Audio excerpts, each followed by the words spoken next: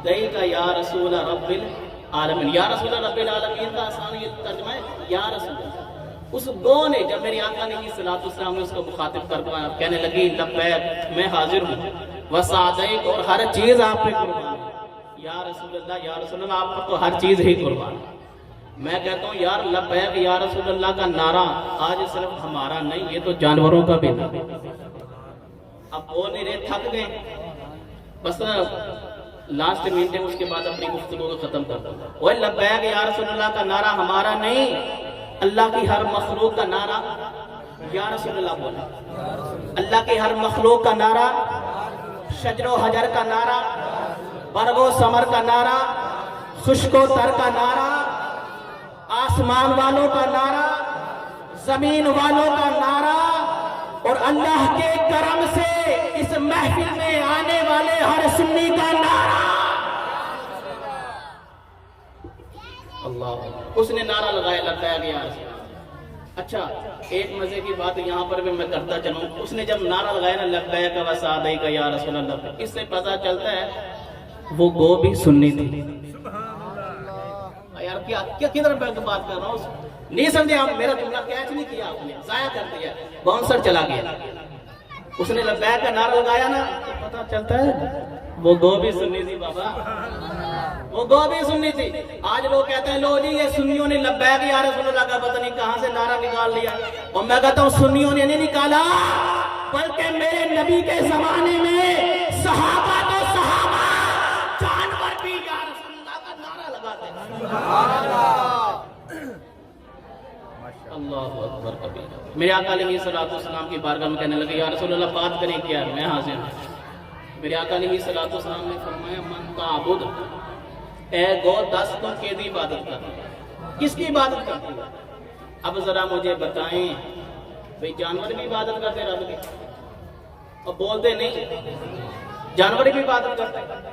اگر انسان نہ کرے رب کی عبادت تو پھر اس کے اندر اور جانوروں کے اندر، جانور تو عبادت کریں رب کی اور انسان نہ کرے تو کس کیٹیگری میں آتا ہے انسان بھائی؟ اور صاحب اللہ نے آپ کو اشرف المخلوقات بنایا، ذرا اس کے ہی لاج لکھو، ساری مخلوقات سے افضل ہو تم، پھر بھی رب کی عبادت نہ کرو تو کون سی کیٹیگری میں جاؤ گے؟ جانور تو عبادت کرے، انسان تو نہ کرے.